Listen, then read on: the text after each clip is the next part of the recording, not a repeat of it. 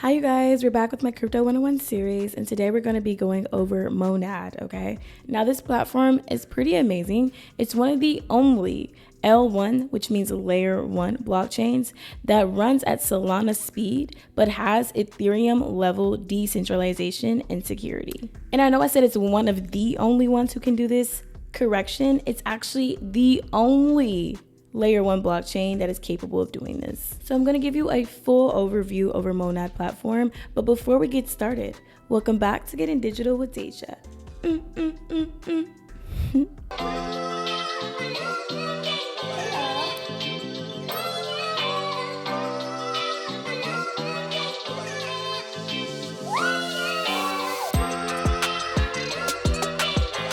I'm going to give you a general overview about Monad, the textbook definition that I have, and then we're going to go into a full deep dive on every point that I am going to be touching for this video. So let's go ahead and start off with the textbook utility for the Monad platform. Monad's goal is to run Ethereum level decentralization at Solana level speed without changing how developers build or deploy smart contracts. It's fully EVM compatible and runs on parallel execution. Monad can handle many transactions simultaneously instead of lining them up one after another, so the network stays fast even when a lot of people are using it. It's currently the only L1 that keeps the Ethereum bytecode compatibility while executing transactions in parallel and pipelining block production, scaling the EVM itself instead of scaling around it.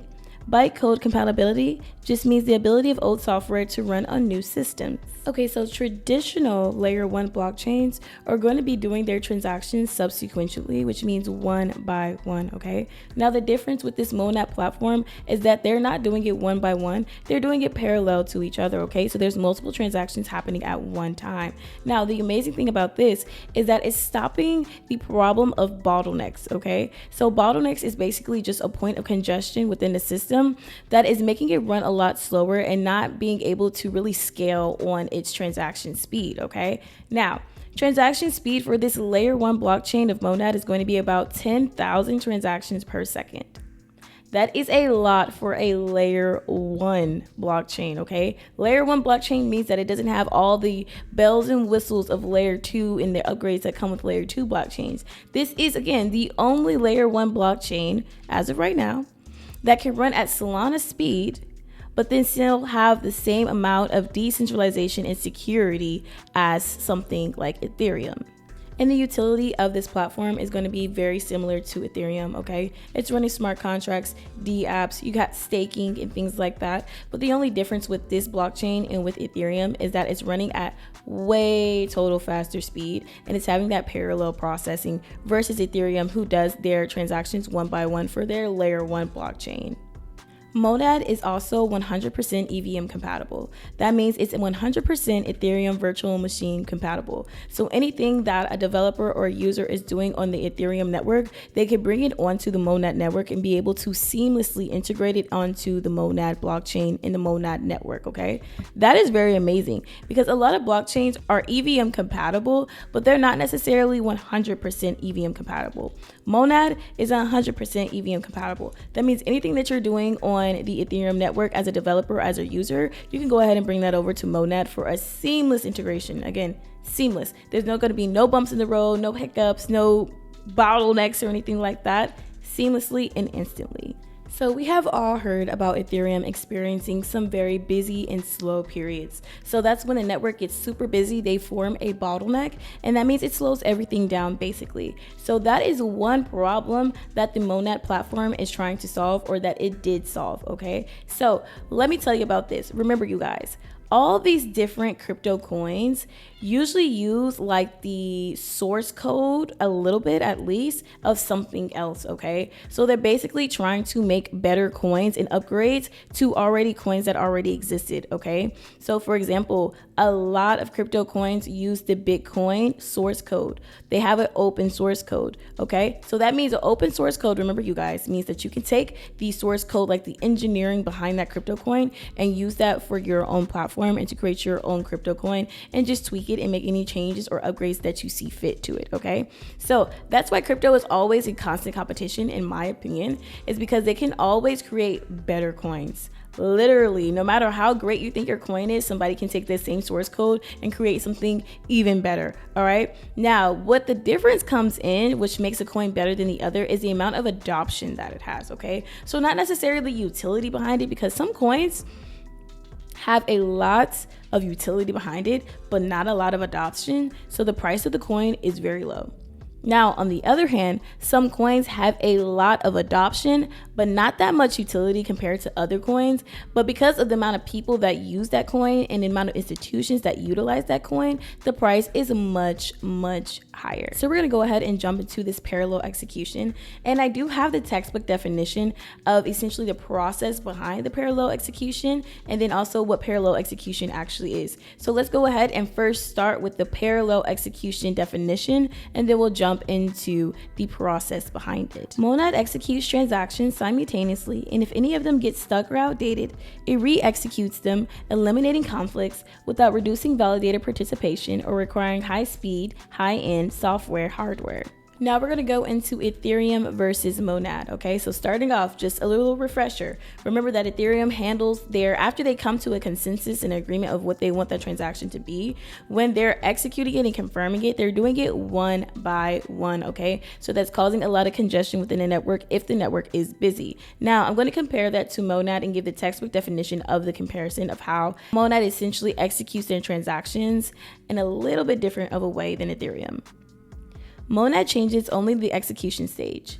Once the network has agreed on the order of transactions, it runs many of them in parallel across all available CPUs, and then applies the results in the exact agreed order, so the blockchain reaches the same final state without running everything sequentially. The result is familiar Ethereum level security and decentralization with dramatically higher TPS, which means dramatically higher transactions per second. Again, it's around over 10,000 transactions per second on this Monad platform.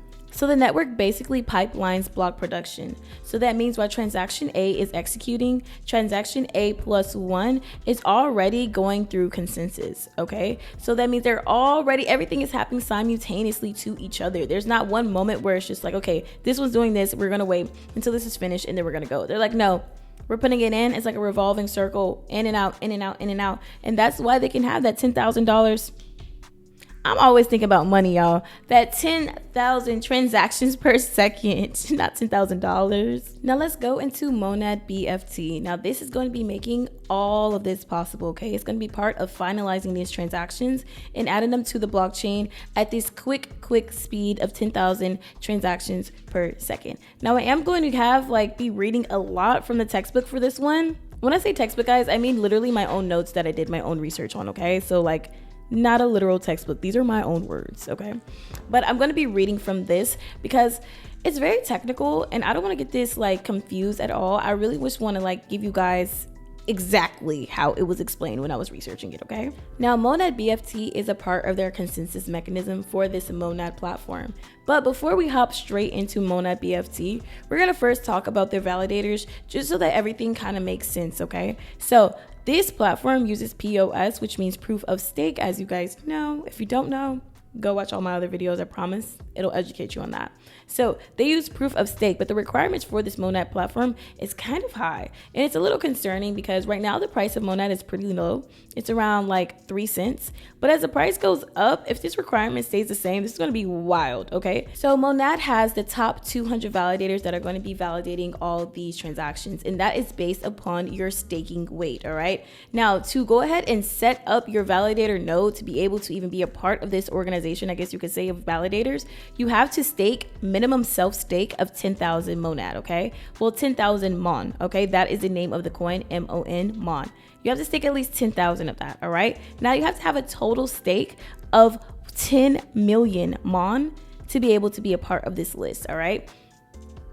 Crazy to be a part of this active validators, all right? That's pretty expensive, a little bit pricey in my opinion. I mean, 10 million, that is a lot, okay? But moving forward, So the top 200 leaders / validators are chosen by the amount that they have staked, like their self-staking, and then how much is delegated to them as well. All right, so now on this network, people can delegate their coins that they stake to validators, basically as a form of a vote, to be able to get that validator to be a part of the top 200 validators and be able to validate transactions on the network. All right, so it's a mixture of self-staking and delegated staking from other people on the network, other users on the network. Now, only the top 200 are going to be able to be doing these transactions and executing and validating these transactions. Only the top 200, and that is solely based on the amount that you have staked and the amount that is delegated towards you. Now I'm about to share a little bit of the textbook reasoning behind why they want these users to delegate these tokens and things like that, and the rewards that go behind it. Users can delegate tokens to validators. Rewards are provided via inflationary block rewards, and priority fees and base fees are burned. New monad are given as rewards. Over time, as the network grows and users pay more transaction fees. The plan is for fewer new tokens to be created so the system can run on fees instead of inflation. So right now they have a bit of an inflationary model, and they're trying to get it down to where it can run on fees and stop with inflation. But you guys, fun facts, we're going to go into the tokenomics of this coin really quick before we head into the Monad BFT. Fun fact, this coin was launched in November of 2025. So that means this coin was launched in November of last year. It's May now. So how many months is that? January, February, March, April, May, June, July, September. That's not long ago. All right. And the price of this coin is already at 3 cents. 3 cents might sound like, what? That's so low.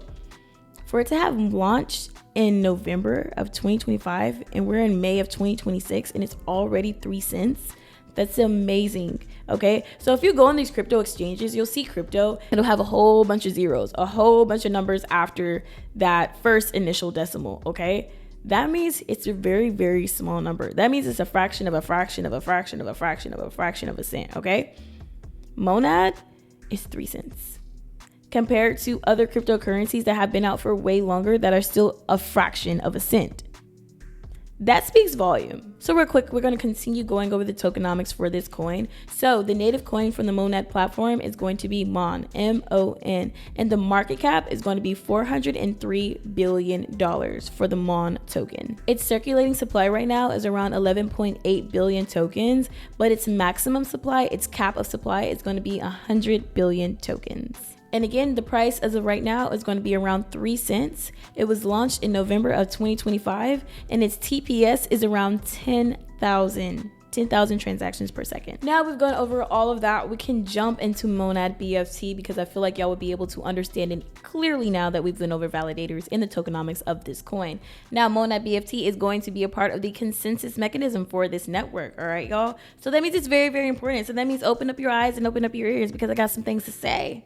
So we're going to talk about the process from start to finish on how these transactions are validated by using the Monad BFT and the validator, the set of the 200 validators, okay? So first things first. There's what they call rotating leaders. So that essentially just means that each round a leader is selected to be able to go ahead and suggest transactions. Essentially, they are designated to suggest a new set of blocks of transactions. Now, these leaders are going to be rotating for these rounds to ensure fairness, okay? Next, they have what they call quorum communication, which is also known as QC, and I have the textbook definition for that one.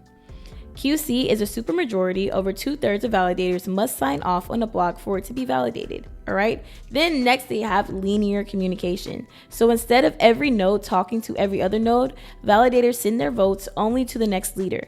This makes the network much faster and able to handle hundreds of validators, okay? So every node is not talking to each other. They're not doing the form of gossip like I discussed in one of those other crypto coins that I went over.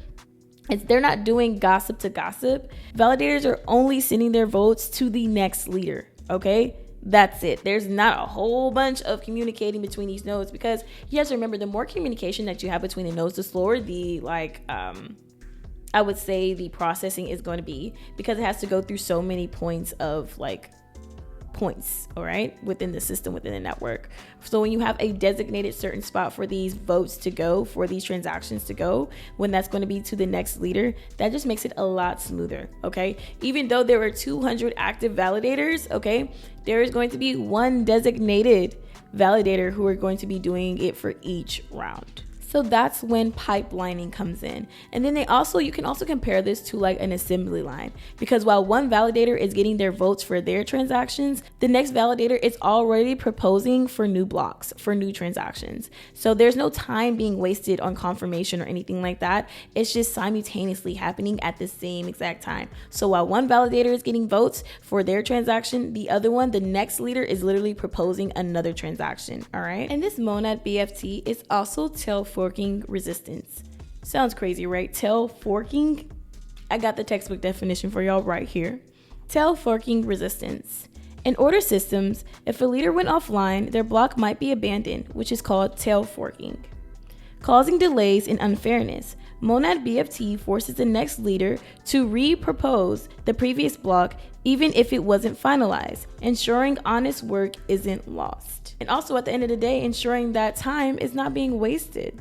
So all right, you guys, we have 3 more parts to this monad platform that I want to go over to make everything come together as far as their consensus and how they can have so many transactions happening at the same time, like at Solana level speed, while still having Ethereum level decentralization. So we're going to first start off with the Raptor cast, and I'm going to give you the textbook definition for that. Raptor cast, a networking system that broadcasts new blocks across validators quickly so the whole network stays in sync without needing servers to be located in the same data centers, okay? So think of this as like a system that's broadcasting information, that's like sharing information to these nodes without these nodes having to be in the same data center, within the same location or anything like that. They can be spread out all across the world on different CPUs. Next, we have monad DB, and a textbook definition for that is going to be a storage engine built for quick reads and writes as the chain grows, ensuring performance stays high even as more apps and users join the network. So basically what this monad DB is going to be doing, no matter how many people join this network and adopt this crypto coin in this platform, it's not going to slow down the system. Okay, it's not going to do it because the storage is going to be happening quickly and everything is going to be in order and being optimized to its fullest capability. Okay, so when you have other networks like Ethereum, the more people that join the network and use the network at the same time, the slower the network is going to go. For this, monad DB is ensuring that no matter how many people join the network, it's not going to slow us down. And last but not least, we have asynchronous execution. And so what that is going to be is the network agrees on the order of the transactions first, then executes them afterward.